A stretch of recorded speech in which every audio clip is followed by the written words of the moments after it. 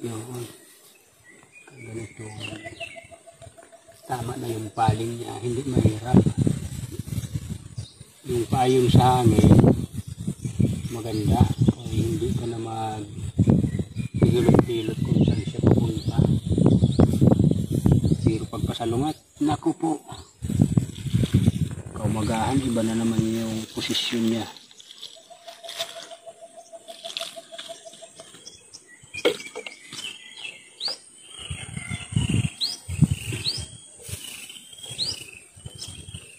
Alog-alog yung puno niya sa hangin. Malambot ang puno ng pakwan. Kailangan may suporta siya ng mga kayami.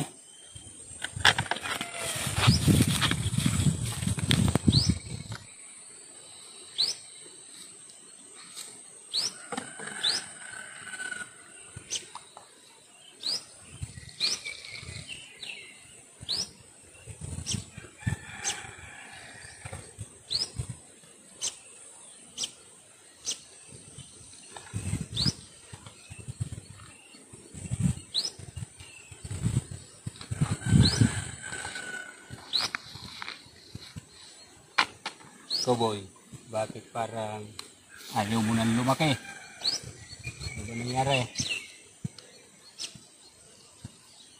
Kaya mo na araw, hindi na kita kukubiran. Parang parawan na kita.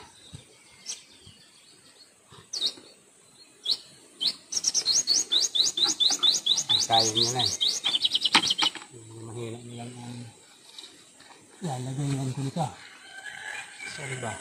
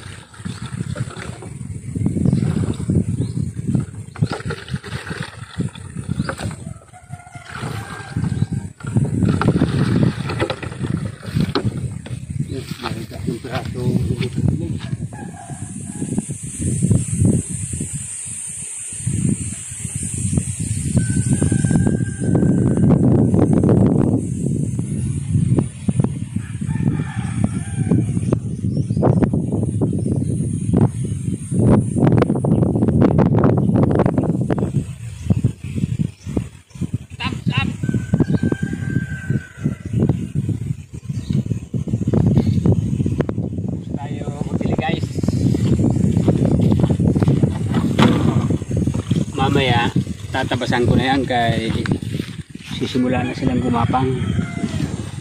Tatabas ako ng konti.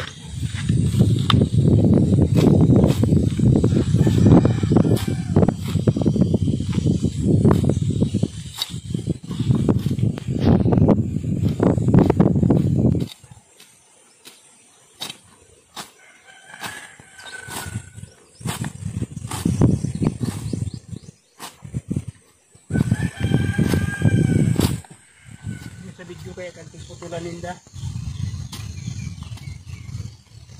Pinuputulan nila ng dulo yan. Pababayin ko pa ng ilang araw. Sundin ko yung proseso ng mga bihasa sa pagtanim ng pakwan.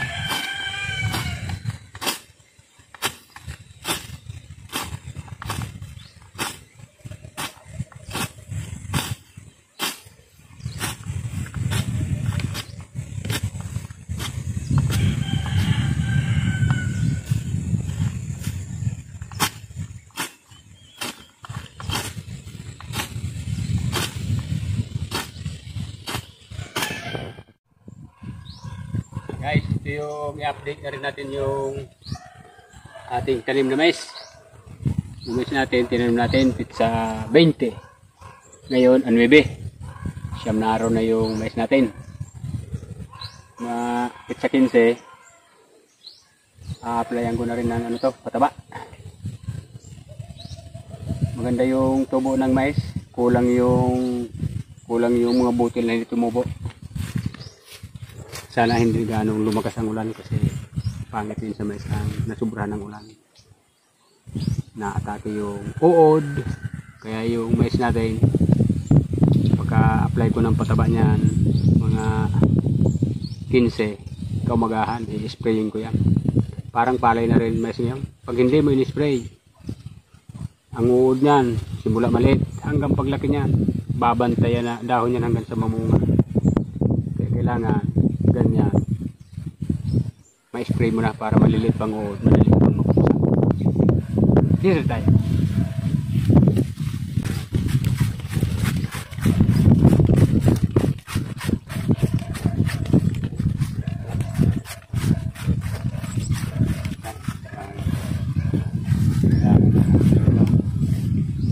Ma-spray, may mga kailan nilang inaatake ng uod, sayang ng dahon. Mapuputol yung talbot. Naabangan pa naman yan yung talbot. So, inuod na kaagad. Inuod pa.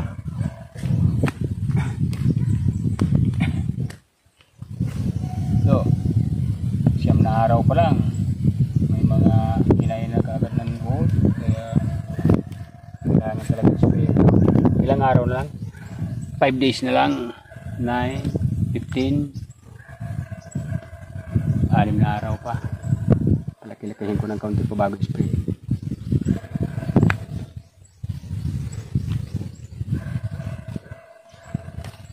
Yan o, alam mo, may uod na kaagad o. Huli ka ha. Ito ang mga kalaban ng mga manananim. Yan o, ang lit-lit pa ng mais o. 9 days pa lang.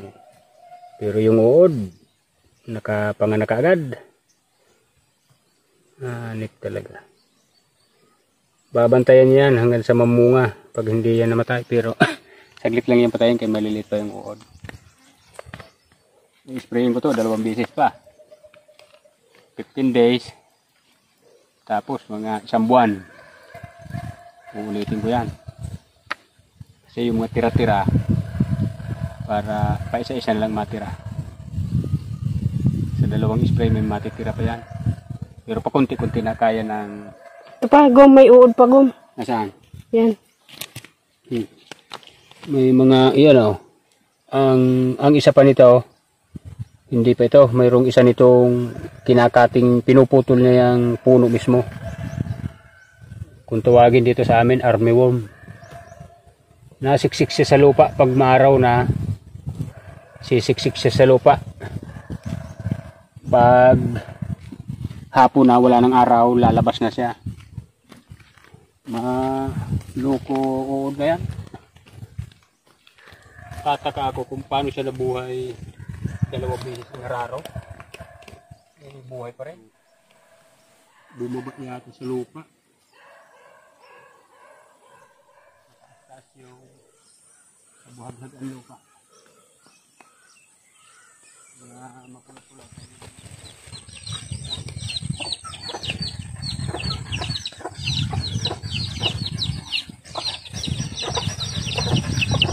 Tirang pataba. Tirang pataba. Oo. Gagamitin pa naman to hanggang sa mamunga yan.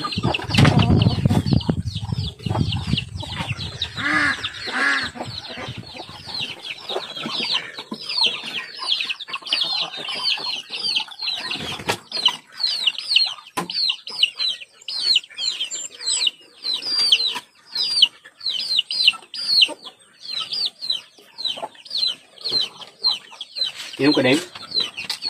Inom ka? Mawala sakit ng ulo mo.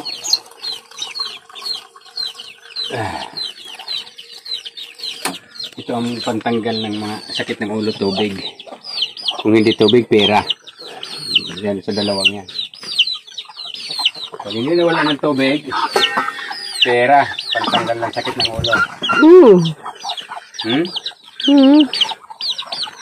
Ano, nawala sakit?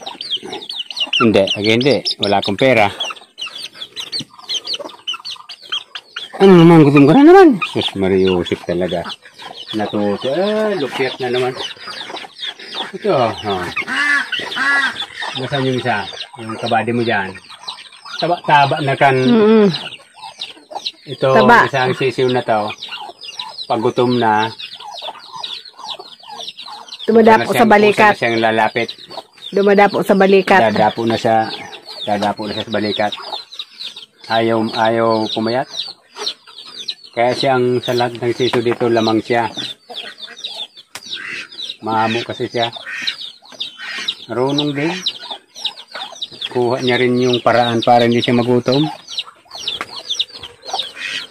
Diyan siya nakabukod para hindi siya maagawan. Pagkatapos niyan, bababa na rin siyang kusa. Yung mga hinawa ni Banong sa nyugan, inuling namin. Para hindi na kami bumiling uling. Ubos na kasi yung uling namin na bao.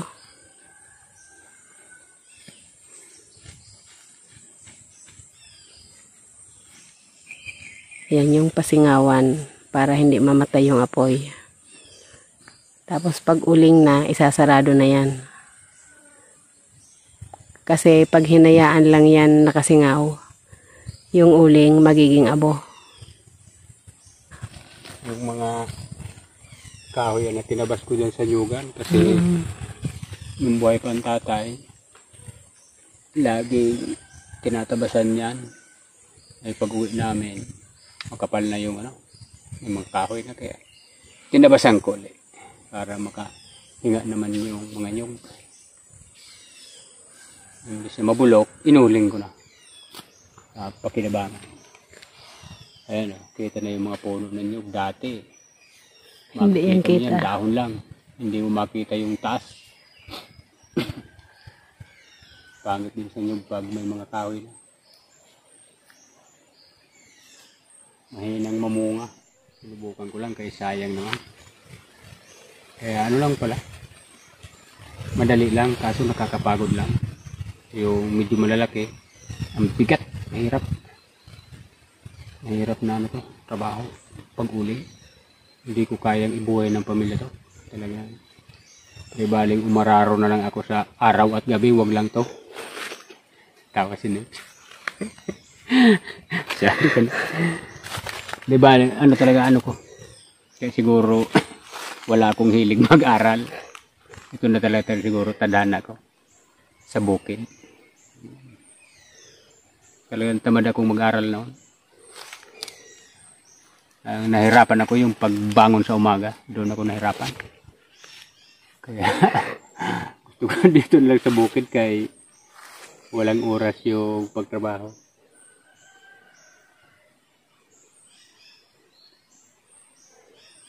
Kaya dati nangamuhan ako. Hindi rin ako tumagal. Hindi ko rin yung may amo.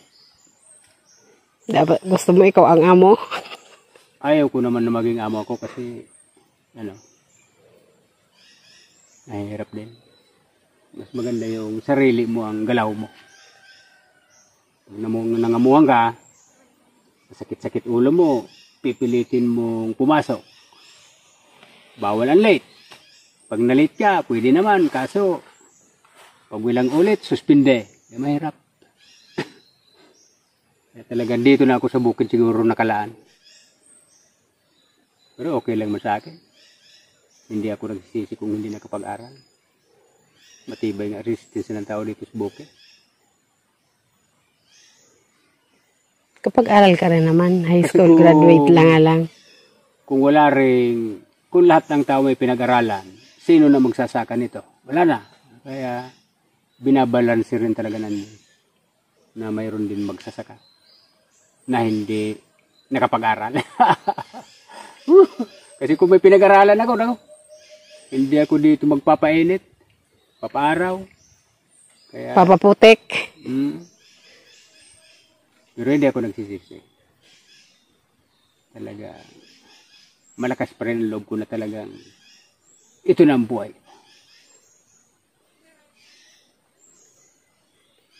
Maganda ito sa bukid. Malinis yung hangin. Yan ka sa syudad, nakaw, lintik na init ng kalsada. Kaya may gusto sa syudad, may gusto sa bukid. Kaya dito ako sa bukid. Paalam ka na. Paalam guys. Salamat sa inyong panunood.